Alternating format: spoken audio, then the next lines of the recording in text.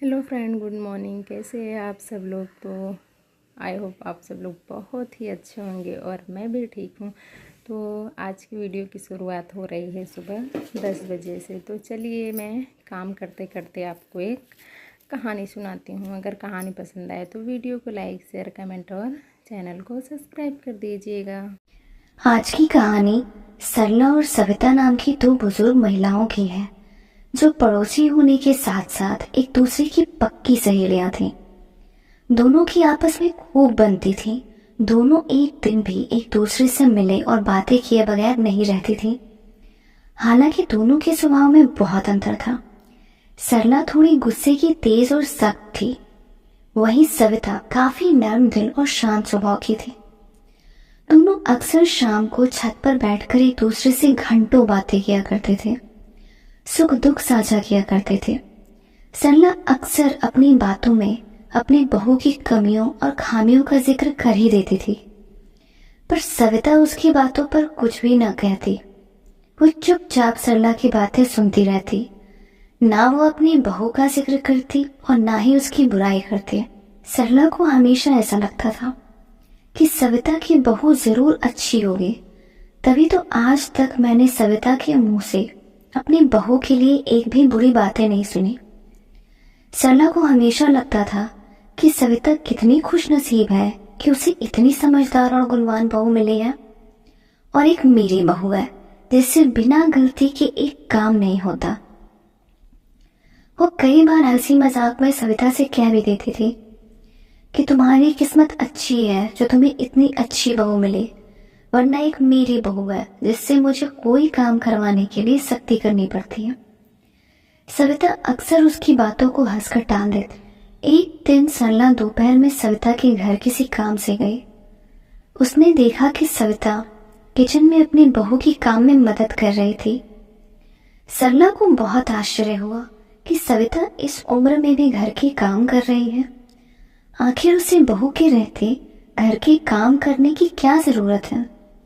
पर उसने उस वक्त सविता से कुछ न कहा। सविता भी सरला को देखते ही सारे काम छोड़कर उसका हाथ पकड़ उसे कमरे में ले गई और उससे बातें करने लगी। कुछ दिनों बाद सरला के घर में पूजा थी। वो सविता को पूजा का निमंत्रण देने सुबह सुबह ही उसके घर गई। उसने देखा कि सविता अपनी बहू के सिरहाने बैठकर उसे ठंडी पट्टियां कर रही है। सरला ने सविता से पूछा कि आखिर उसकी बहू को हुआ क्या है। सविता ने कहा कि वो रात भर बुखार से तप रही थी, पर इसने मुझे कुछ बताया ही नहीं। वो तो मैं सुबह सुबह इसके कमरे में आई तो मैंने देखा कि इसकी हालत बहुत ज्यादा खराब है, इसलिए मैं इसे ठंडी पट्टियां कर रही हूँ। सरला ने सविता से कहा कि मैं आज तुम्हें अपने घर में हो रही पूजा का निमंत्रण लेने आई हूँ। इस पर सविता ने कहा कि आज मुझे माफ करना, मैं आज पूजा में शामिल नहीं हो पाऊंगी। एक तरफ बहू की तबीयत ठीक नहीं है, उसे भी देखना है, और घर में सबके लिए खाने और नाश्ते का भी इंतजाम करना है। आज मुझे बिल्कुल भी समय नहीं मिलेगा। सविता ने सरला से कहा कि हो सके तो मुझे थोड़ा प्रसाद भेज देना। यह कहकर वो वापस अपनी बहू के माथे पर पट्टियां बदलने लगी। सरला को बड़ा आश्चर्य हुआ कि सविता तो अपनी बहू की ऐसी चिंता कर रही है जैसे कि ये उसकी अपनी सगी बेटी हो, और भला बहू की इतनी परवाह कौन करता है।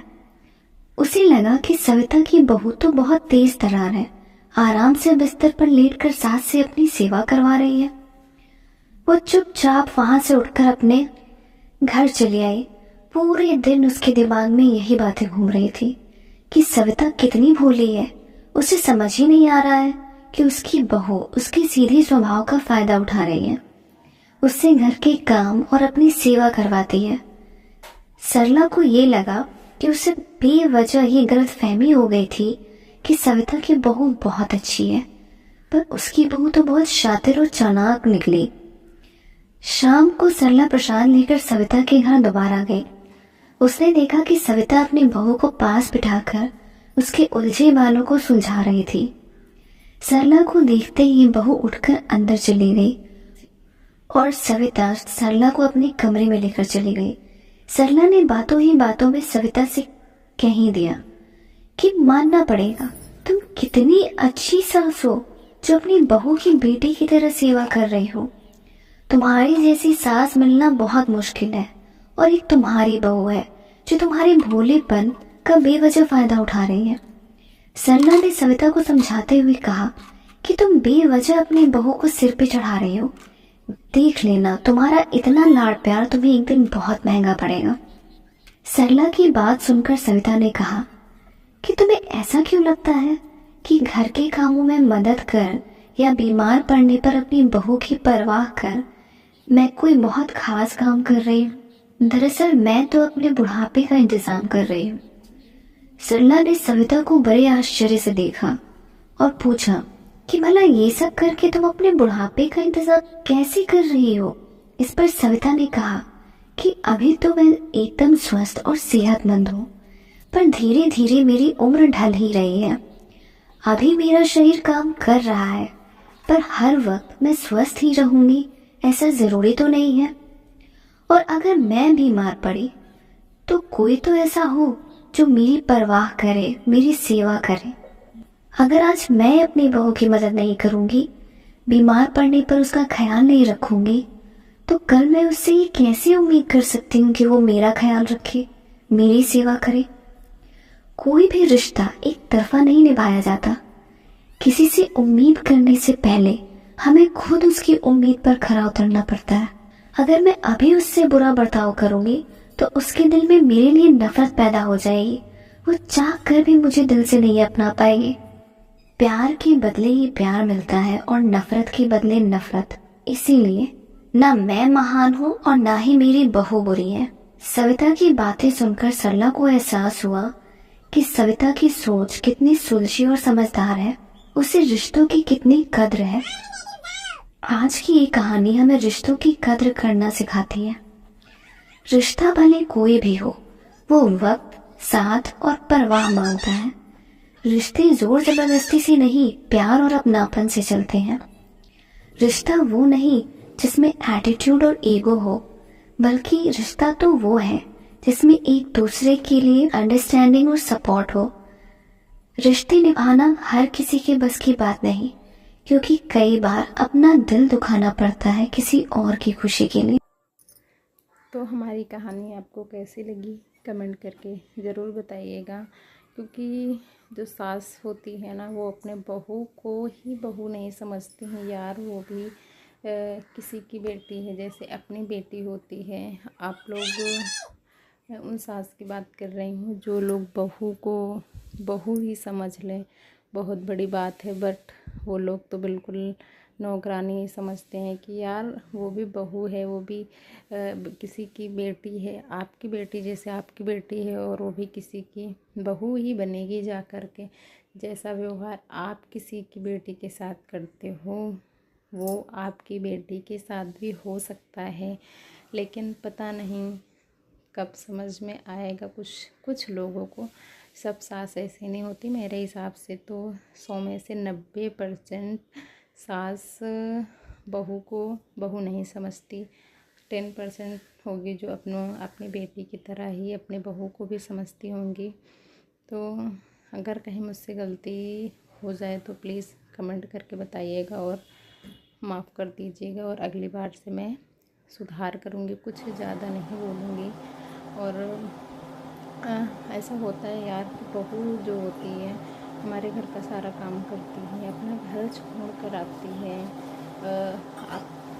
अपने घर में सबको छोड़ के आपकी फैमिली को अपनाती है, सबका ख्याल रखती है। जो लड़की मायके में कुछ ना करने, कोई काम ना करने वाली लड़की मायके में आके खुद का सारा काम करना और घर वालों का भी छोटी छोटी चीज़ों का ख्याल रखती है।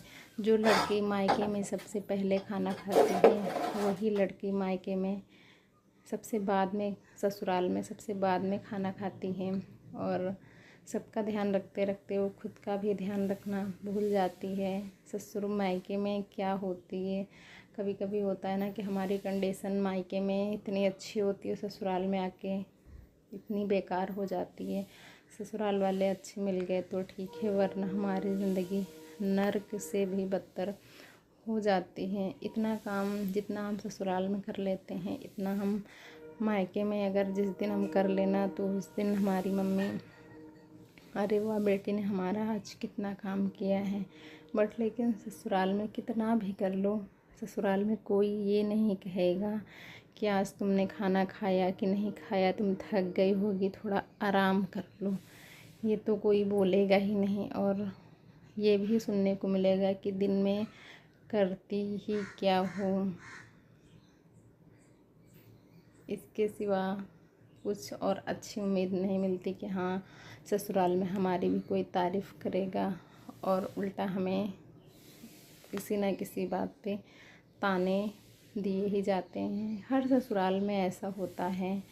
तो प्लीज़ आप लोग ऐसा ना कीजिए। जो आपकी बेटी है उसको बेटी समझते हैं तो जो आपकी बहू है उसको भी आप अपनी बेटी समझिए। कुछ लड़कियां ऐसी भी होती हैं कि सास ससुर की इज्जत नहीं करती हैं।